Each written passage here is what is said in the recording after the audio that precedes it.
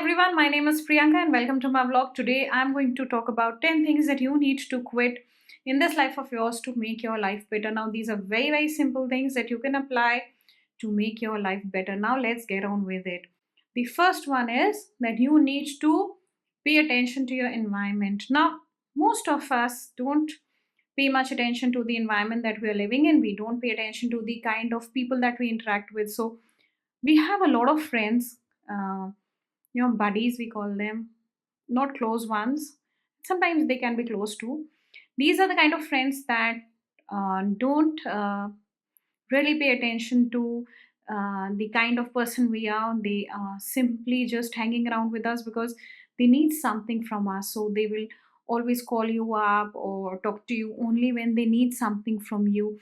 And the moment you need something from them, they are going to just scatter around. They are not going to be there for you. So you need to be on a lookout for such people in your life. Now, if you have a large group of friends and you hang out with them, not sure that these are the right kind of people for you, then just pay attention to the people who are actually coming in and helping you in your tough times. Now, these are the kind of friends that you should carry on for the rest of your life. But let's say you have friends who just call you up because they need something from you, or they need to party with you, or they need to just spend time with you in a way that is actually a waste of time. So you have to look out for these people because these are the kind of people who will keep on dragging their feet, who don't have any goals in their own life, or even if they have goals, they are actually working very discreetly on those goals. They are not really interested in this life of yours. They are not interested in helping you out, and you simply have a gala time with them. They actually in a great company. They are, you will find yourself gravitating towards them. You will say that these are the kind of friends that I want to hang out with because they are amazing company. I really enjoy spending a lot of time with them. But when it comes to the reality of life, when you are going through some tough times, these are the kind of people who will never call you up, who will never ask you, is there something that we can do for you? So these are the kind of people you should avoid. Then let's talk about your relatives. Now, there are a lot of people who have this general idea that I need to have a big group of relatives in my kitty, because if I don't do that, then nobody is going to ask me. People are going to outcast me, and then no one is going to pay attention to the individual that I am. And these are the kind of relatives who actually don't help you out in any way or form. They simply make you feel so little. Every time you meet them, there will be some sort of drama, or something will crop up where you will have to face the music, but yet you want to go and sit with these people because they are your relatives. Now, be very careful of the kind of people you're sitting down with, because your environment determines your life actually. So if you are sitting with people who are simply wasting your time, or bringing you down, and or making you feel depressed, what's going to happen is that you're going to spend majority of that time trying to fix your life, or fix other people's problems, or simply just avoiding taking practical steps to improve upon your life. You are going to waste this life of yours simply trying to please other people. So please do not spend time with such time wasters. I call them time wasters because they actually have no purpose in life. They simply want to waste away their life. They have no goals, they have no aspirations, and even if they have, they are going to work very discreetly. And in school days, you used to have these students who used to finish off their homework and their studies, and then they used to come to your home and make sure that you are not able to study and do well in your studies. And I think a fair majority of all of us have had such kind of friends. And even on the relative front, we've had all kinds of relatives where people simply just want to pass on judgment in your personal life, and want to make you feel like a loser, and you don't want to go through these depressive states. Just most people think that they can handle a lot of these time wasters because they feel that I'm positive in my life, I have a very positive attitude, and so I can actually handle all kinds of people. I can even handle time wasters and relatives who don't really have anything to do with me. They just have a background agenda, and yet people don't understand that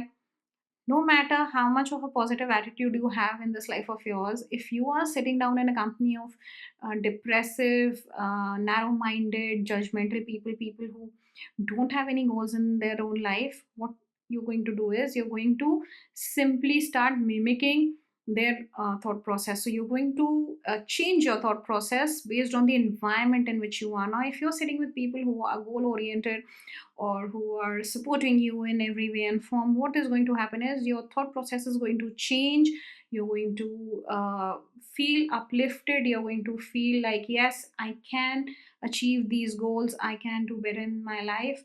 Now, the second point is that you have to stop seeking advice from people who have never taken on the path that you want to walk upon. So, let's say you have a goal that you've set in your life and you want to really learn from people, but you end up taking advice from people who have really never done that kind of thing, and then you end up feeling lost and miserable. So let's say if you want to have a career um, in sports, you are really good in sports and you want to create a career uh, in sports. Now you don't go asking a chef or a lawyer, how do I go about building a career there. And that is exactly what I'm trying to explain here, that you have to understand the kind of advice that you're seeking.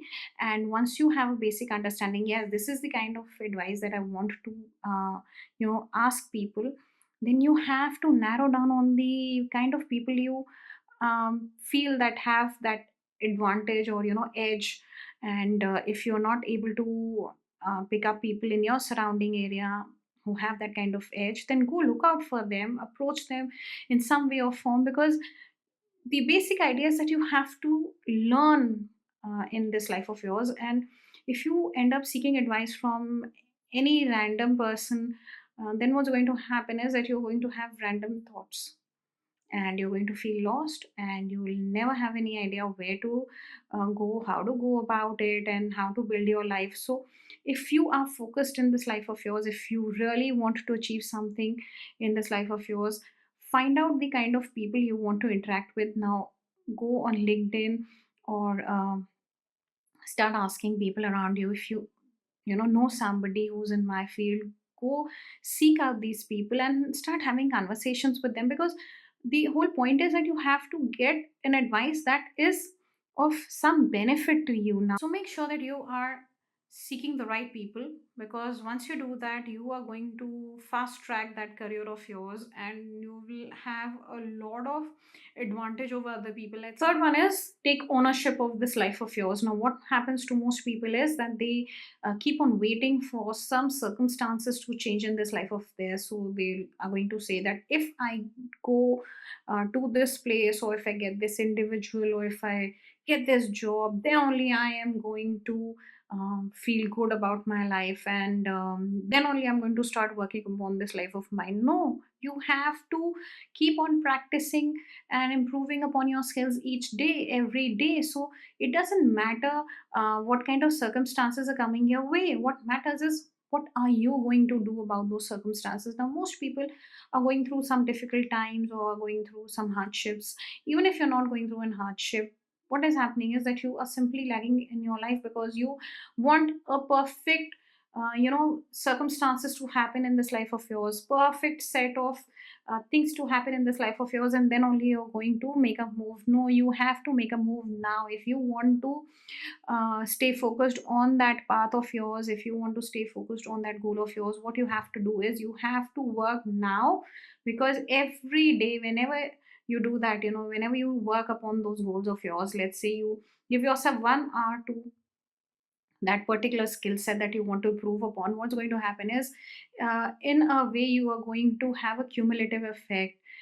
Days are going to multiply into weeks, weeks are going to multiply into months, and what's going to happen is let's say by 6 months you're going to feel that yes, you have grasped some sort of knowledge on the kind of thing that you wanted to improve upon this life of yours. And that is what you need to do. Do not wait for some external circumstances to change in your life to become better.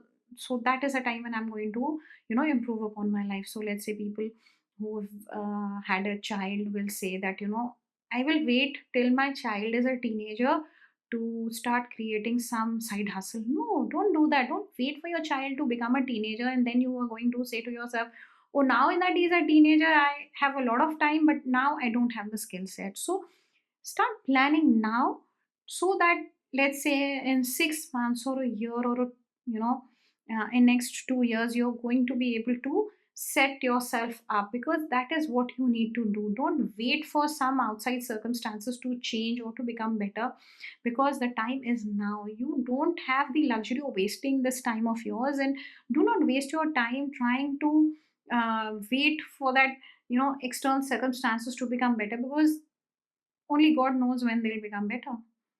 And you have to work upon your goals every day to improve upon yourself.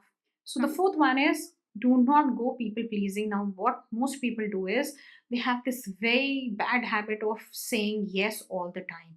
So even if they don't want to do it, they'll simply say yes.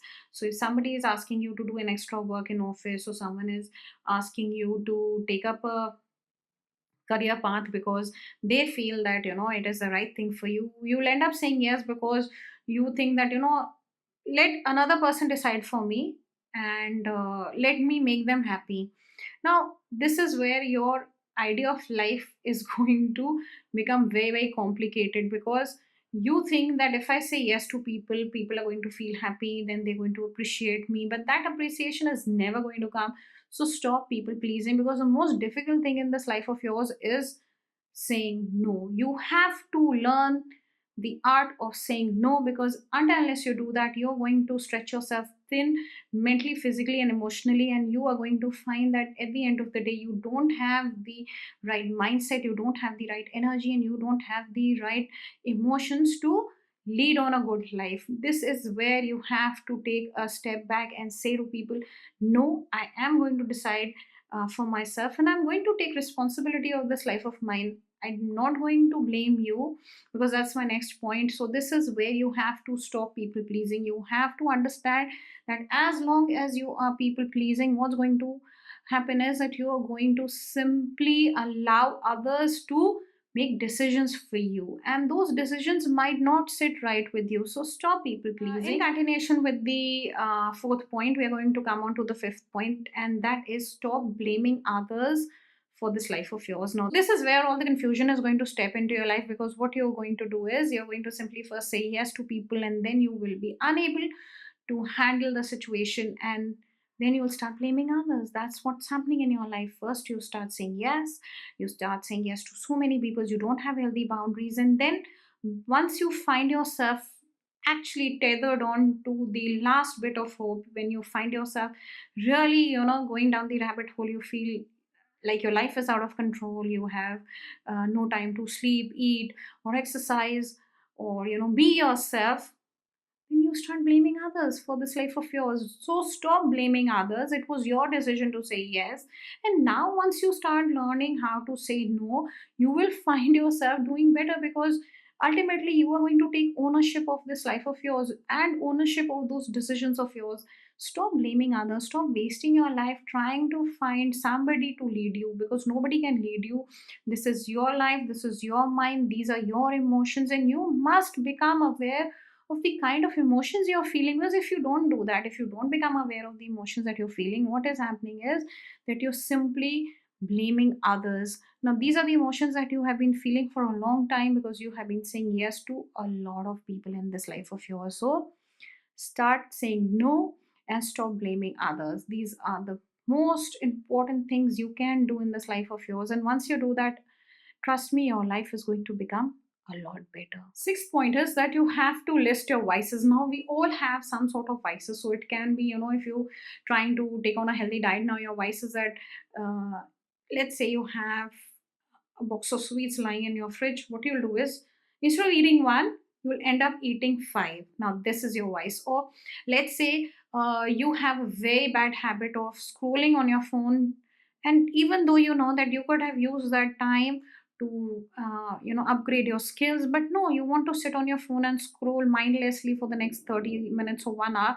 And this is where you have to list down your vices, because if you don't do that, then you are simply going to walk away from that vision of yours. First of all, if you have no vision, if you have no goal, and you're simply just procrastinating, then it is time for you to stop procrastinating. It's time for you to set on a vision board or goal in your life, because that way at least you have an idea where you want to go in this life of yours. Because if you don't have a vision board, or you don't know where you want to go, then how are you going to improve upon your life? So if you are facing a lot of problems, being little lazy, or not being able to take on tasks properly, then you can go and check out my video on procrastination. It's a wonderful video, and you're going to find a lot of wonderful insights on how you can overcome procrastination. Now, coming on to the point, please make sure that you are able to list your vices.